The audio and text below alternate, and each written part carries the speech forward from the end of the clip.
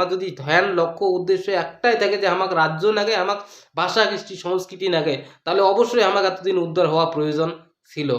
তবে আমার রাজ্য হয় না কেন, আমার দাবি পূরণ হয় না কেন, আমার আলাম স্বীকৃতি পাই না কেন? এত দিন যাবৎ আন্দোলন, এত অনশন, যন্তর মন্তর, এত ধর্মঘাট, এত ধর্না, তারপরেও আমার এলাঙ্গো রাজ্য হয় না কেন? আমার দাবিগুলো এলাঙ্গো কেন পূরণ হয় না? সরকারের এতে আপত্তি করে, সরকারের এতে আপত্তি নাই, এতে আপত্তি আমারে। তার কারণ হল কি জানেন? আমরা একটে হবার কাহো চাই না, আমরা বিভেদ পছন্দ করি।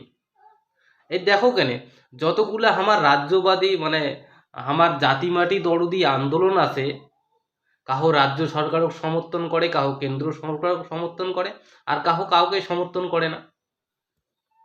তো এটুকু না মনে হয় যে জানে জাতি মাটির এগুলা আন্দোলন নমায়, এগুলা ব্যক্তি স্বার্থর আন্দোলন। রাজনীতিক দলের ঘর না হয় রাজনীতির মতের স্বার্থের জন্য আমরা রাজনীতিক মতামত বিভেদ সৃষ্টি করে, কিন্তু আমার বিভেদ এত মতামতিক দলের মানে বিভিন্ন মত হওয়ার কারণ কি? আমার তো লক্ষ্য একটাই, আমাকে কি লাগে? আমাকে রাজ্য লাগে, আমাকে সেপারেট স্টেট লাগে, আমার ভাষা কৃষ্টি সংস্কৃতিক রক্ষা করিবার লাগে, আমার যে পুরানা রাজ্য ছিল, স্বতন্ত্র রাষ্ট্র ছিল, সেইটাকে আমাকে পুনরুদ্ধার করির লাগে। এইটাই তো আমার ব্যক্তি আমার দাবি। কিন্তু এত আন্দোলন, এত এত কিছু করার পরেও কেন আজ অবধি সেই দাবিগুলো আমার পূরণ হয় না, এলাও কেন আমরা স্বীকৃতি পাই না? এগুলা তো আলোচনা করার দরকার আছে, আলোচনা করার মতো এগুলা বিষয়। সামনে লোকসভা ভোট 2024-এ, তো এটাই একটা বড় স্টেপ আছে যে 2024-এর আগতে ভোটের আগতে রাজ্য হবে, রাজ্য হবে। আমরা কিন্তু মেলা অনেক মানুষই আশা করিও আছি, নানান ধরনের ভাবনা চিন্তা মত তো মিশিয়ে আছি। প্লাস আমরা কাহো কাহো নো ভোট নো ইউটিও সেপারেট আমরা কিন্তু ডিমান্ড করিয়ে আসি দিচ্ছি। দেখো, রাজনীতিক দল রাজনীতিক স্বার্থ দেখে সবার থাকি। প্রথম কথা হল কেন্দ্র সরকার হোক বা রাজ্য সরকার হোক, আমার রাজ্য দিবে কেনে? আমার ভাষা কৃষ্টি সংস্কৃতিক স্বীকৃতি দিবে কেনে? উমার কি ফায়দা আছে, উমার কি লাভ আছে? এটা কোনা উমরা কিন্তু উমার লাভটা অবশ্যই দেখিবে, কারণ উমার স্বার্থ দেখার উমার প্রয়োজন আছে। আমার স্বার্থের জন্য কিন্তু উমরা দৌড়ায় না। তো উমরা দিবে কেন? তার কিছু বিষয় আছে, সেগুলো বিষয় আমার অবশ্যই ভাবার দরকার আছে।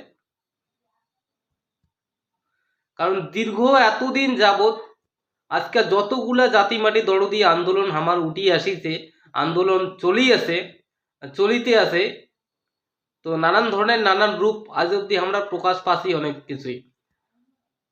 কাহো কেন্দ্রীয় মন্ত্রী আছে, কাহো রাজ্য রাজ্যর রাজ্যর পক্ষ থেকে কাহো পদত আছে, বা কোনো কাহো আলোচনার মাঝপথত আছে।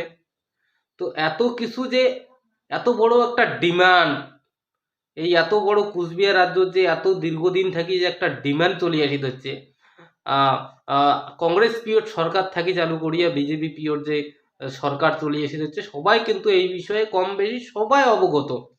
নানানবার বহু নেতা বহু মন্ত্রী আসিয়া প্রদর্শন করে গেছে, কি কয় অ্যানাউন্স করে গেছে, অনেক কিছু প্রতিশ্রুতি দিয়ে গেছে, কিন্তু বাস্তবে কিন্তু একটাও বোধহয় এলাম অব্দি বাস্তবে রূপায়িত হয় নাই কোনো একটা প্রতিশ্রুতি, যে কারো হোক না কেন, সেটা রাজ্য সরকারের হোক বা কেন্দ্র সরকারের হোক।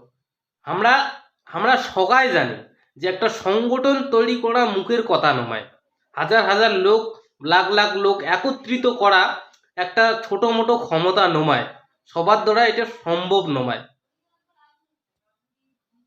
কিন্তু আমার জাতি মাটি আমার জন্য কিন্তু পঞ্চানন বর্মাও খাটে গেছে, বা এরকম নানান ধরনের মানুষই কিন্তু আমালার বংশ চলে গেছে। আমার রাজ্য পুনর্বিস্তার করিবার জন্য চিলা রায় যত বড় কাজ করে গেছে, যত রাজ্য বিভিন্ন জায়গা আমার বিস্তার লাভ করিবার জন্য, বা এরকম মেলা রাজা পূজা বহুত কিছু পূজা ফসল আমার কিন্তু ছিল। আমার ইতিহাসত আমার একটা বড় বড় একটা ইতিহাস আছে। তো তো আজ অবধি আমরা সেরকম আমার ইতিহাস গুলো এলাম বইয়ের ছাপের পাওয়া যাচ্ছি না, ছাপেছেন না। তো এটি কোনো কার খান্তি? মোর তো ব্যক্তিগত হিসেবে মই সব থাকি সবার আগত মোর কথা হল, মই দোষ আগত নিজের ঘাড়ত চাপাম। কোনো কিছু যদি নাই হয়, এলাম অবধি যদি না হয় বা কোনো কিছু যদি আমরা না পাই, বিরত আসি, তো 1% দোষ হলেও মোর আছে নিজের ঘাড়ত। তো যদি আমরা সেই আমরা যদি সেই জিনিসগুলোর প্রতি ফোকাস দেই, যদি ধ্যান লক্ষ্য উদ্দেশ্য একটাই থাকে যে আমাকে রাজ্য নাগে, আমাকে ভাষা কৃষ্টি সংস্কৃতি নাগে, তাহলে অবশ্যই আমাকে এতদিন উদ্ধার হওয়া প্রয়োজন ছিল। তবে এটা কথা মানি রাখবে যে কোনো জিনিস নমায় যে ওটা কলা, পাকি কলা আছে যে কলিয়া খামো, সেটাও নমায়। কিন্তু পাকা কলা না হলেও যে আমরা কিছু কম করেছি, সেটাও কিন্তু নমায়।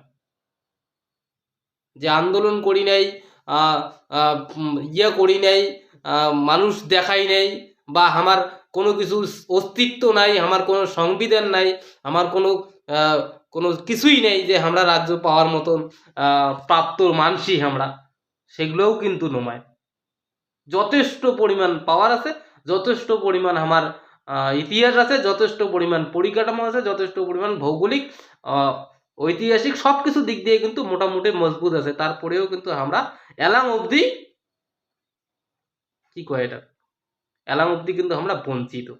এই বিষয়গুলো নিয়ে কিন্তু যথেষ্ট আলোচনার প্রয়োজন আছে, যথেষ্ট আলোচনার প্রয়োজন আছে। তার কারণ আমার আগিলা সারির মানুষগুলোর অবশ্যই এইটা সম্বন্ধে পুরা চর্চা বা ধ্যান নেওয়ার দরকার আছে। কারণ কেনে হয়েছেন না, বা হওয়ার জন্য কি কি প্রয়োজন আছে, কি কাজ করার দরকার আছে, যথেষ্ট কিন্তু সংগ্রামী মানসি আছে, কিন্তু সংগ্রামী মানসি আছে, শিক্ষিত সমাজও আছে, যুবক সমাজও আছে, আন্দোলনকারী সংগ্রামীর কিন্তু আমার যথেষ্ট পরিমাণ মানসি আছে।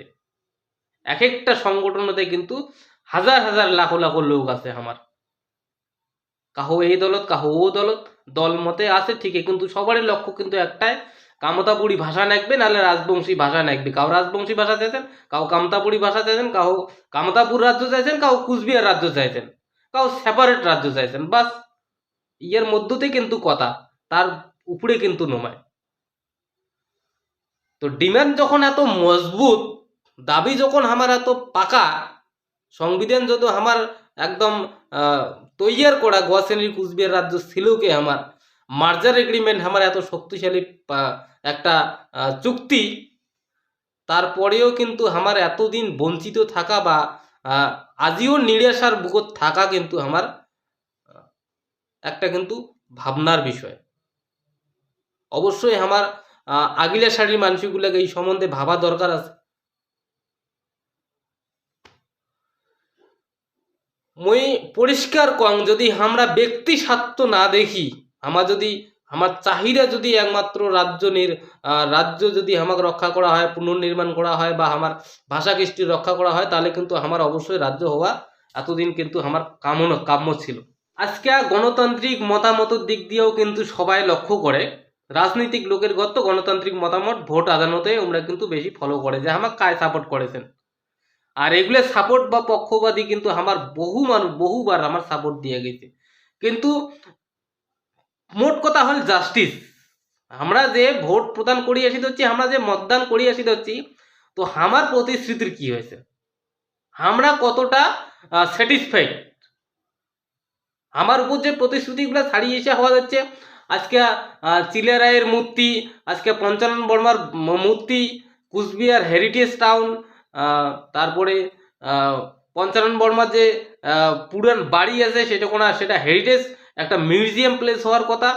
তো সেইরকম কি একটা ডেভেলপ যে হয়েছে মোচ্চ করতে মুই এলাম অব্দি দেখি পাচ্ছেন না। কতটা নিয়ে কতটা নিয়ে সরকার জাগ্রত, হামাক নিয়ে কতটা ডেভেলপের ভাবনা চিন্তা আছে, কিছু প্রকাশ পাওয়ার দরকার আছে। নাড়িয়ানি ব্যাটালিয়ান, নাড়িয়ানি পুলিশ, একটা তো কিন্তু এলাম অব্দি কার্যকরী কাহো কিছু করে নাই।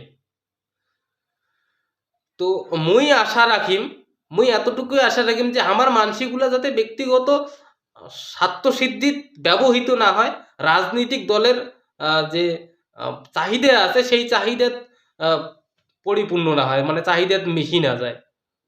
আমারও যে কিছু চাহিদা আছে, আমার যে কিছু নিড আছে, আমার যে কিছু পাওয়া আছে, সেই জিনিসগুলো কিন্তু আমার অবশ্যই ফোকাস দেওয়া দরকার। আমার গুরুত্বপূর্ণ এটাই নিয়ে কিন্তু আমার একটু গুরুত্ব দেওয়া দরকার। তো মুই আশা রাখি মোর কথা, মুই যে এই ভিডিওটার মাধ্যমে যে মুই কথাগুলো প্রকাশ করলুম, মোর যে ভাবনা মুই প্রকাশ করলুম, সেই ভাবনাগুলো যদি আমার আগলা সারির মানসিকগুলো অবশ্যই তোমরা বিষয়গুলো পর্যালোচনা করেন, যদি তোমার কানত বা চৌকত পড়ে, তাহলে অবশ্যই বিষয়গুলো নিয়ে একটু ধ্যান দেন। আর মুই তার সাথে সাথে মুই মানুষগুলোকেও আশা রাখিম যে আরো মজবুত হওয়ার প্রয়োজন আছে, আরো সচেতন হওয়ার প্রয়োজন আছে, আরো সঠিকভাবে আগে আইসার প্রয়োজন আছে। তো দণ্ডবোধ, মুই ব্রাইট বাবন। মোর কথাগুলো যদি তোমার ভাল লাগে, তাহলে অবশ্যই ভিডিওটা বেশি বেশি করে শেয়ার করে দেন। আর যদি মোর ভিডিও তোমরা নতুন বা ফার্স্ট প্রথম দেখি দিচ্ছেন, তাহলে অবশ্যই মোর ফেসবুক পেজটা ফলো করেন। আর ইউটিউবও দেখে দিলে ইউটিউব চ্যানেলটা সাবস্ক্রাইব করেন। ভালো থাকেন, চলো টাটা।